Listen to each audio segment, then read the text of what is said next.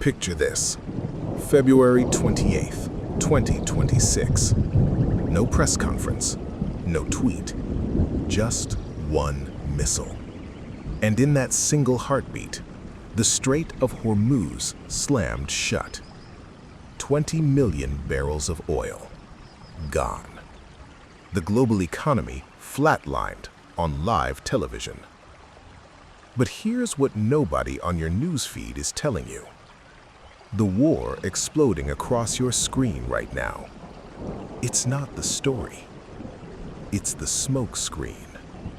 The real story, the one that will rewrite the next 100 years of human history, is about three things colliding at the exact same moment.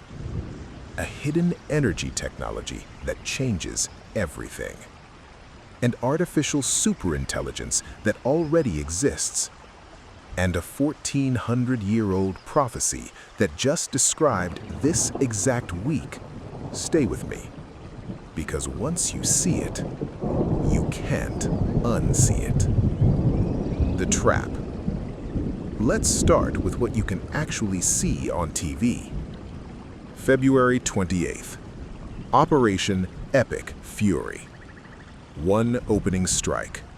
Iran's supreme leader, Khamenei, gone. Some members of Khamenei's family, including a daughter and a grandchild, were reported killed in the attack as well, wiped out in the same blast. Within hours, Iran answered. Not with one target, with dozens. U.S. bases across the Gulf, oil terminals in Saudi Arabia, UAE, Qatar, Bahrain, Iraq, Oman, Jordan, all hit simultaneously. 72 hours later, the mines began dropping into the Strait of Hormuz. 6,000 sea mines in stockpile. The U.S. Navy took out 16 mine layers and called it progress. 16 out of hundreds. Here's what the analysts are missing. Iran isn't fighting like a nation trying to survive. Iran is fighting like a nation that knows this is its one and only moment. America isn't fighting to win this war. Remember 1974? Henry Kissinger's masterstroke. Protect Saudi oil. Get every barrel priced in US dollars only. Suddenly, the entire planet needed dollars just to turn on the lights. That was the petrodollar system, the hidden engine of American power for 50 years. Now, watch it die in real time. Dollar share of global reserves, down from 65% in 2016 to under 59% today. Russia selling oil in rubles. China and Saudi Arabia trading in yuan. BRICS building their own payment rails. Close the Strait of Hormuz and the entire reason to hold dollars evaporates.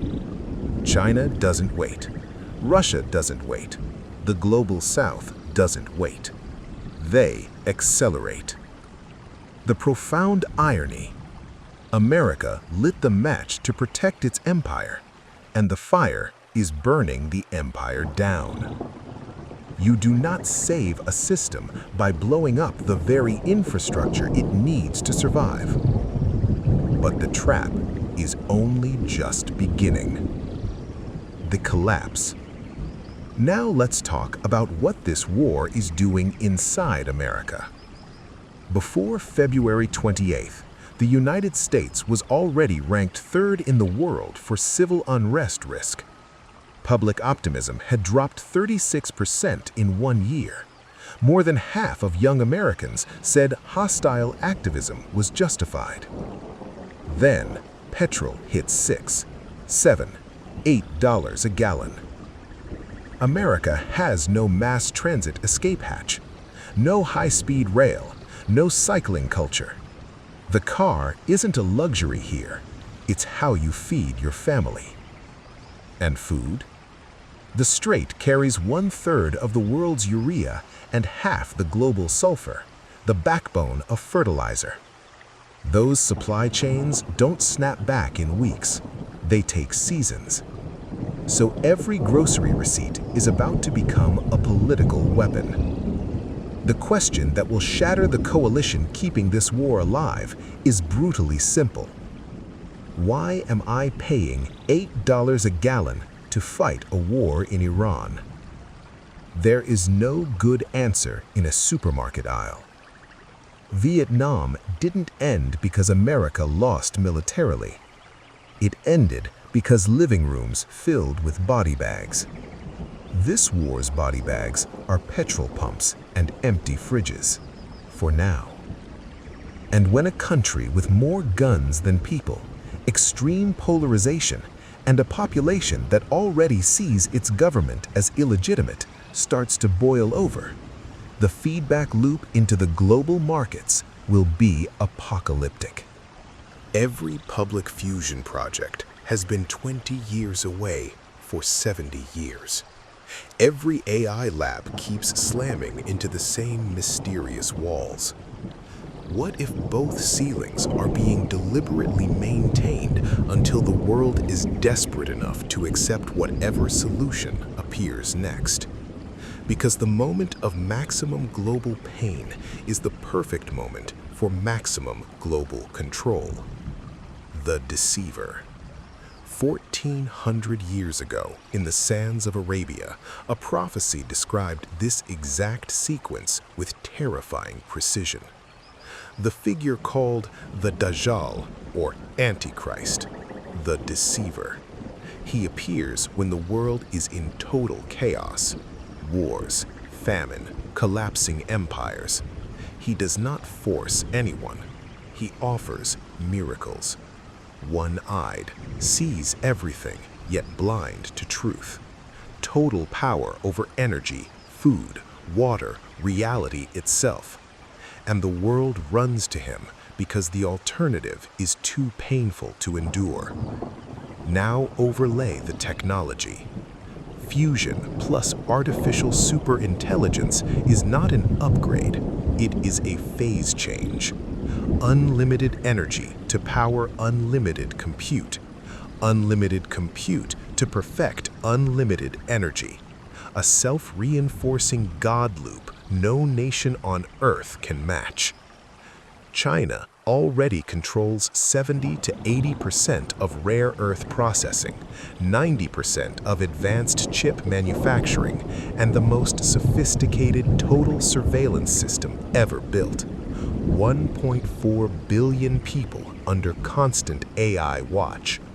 Hand that system unlimited energy and true superintelligence, and the word inevitable stops being a theory. The deception is flawless because it doesn't look like deception. It looks like salvation. A planet on its knees, food lines, blackouts, riots, great powers bleeding each other dry, suddenly offered clean energy, unlimited food, AI that fixes logistics, healthcare, even governance better than humans ever could. Who says no? Who even dares ask who is really offering it? 3 tracks are converging right now. Geopolitical, the petrodollar is collapsing in real time while missiles fly. Technological, the visible AI race and fusion programs are theater, the real versions are being held back. Prophetic, every major tradition warned of catastrophic wars, followed by a one-eyed, all-seeing power offering miracles to a desperate world. They are not 3 separate stories. They are the same story. The chaos is not random. The timing is not coincidence. The sequence, maximum desperation, followed by miraculous rescue, is the oldest pattern in human spiritual record. And right now, we are standing inside it. I'm not here to give you an answer. I'm here to give you the only question that actually matters. In every ancient tradition that saw this moment coming, the consistent message was never fear, it was discernment. The Dajjal's real power is not violence, it is persuasion. It is the miraculous offer accepted without asking, who does this technology serve and at what ultimate cost? That question is easy to ask right now.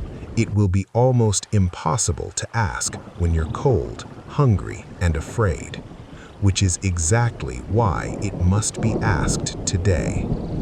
Discernment and detachment is the new survival skill. If this hit you in the chest, drop a comment with the word discern.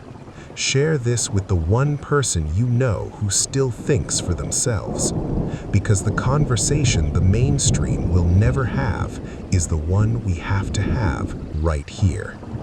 I'll see you in the next one. Stay awake.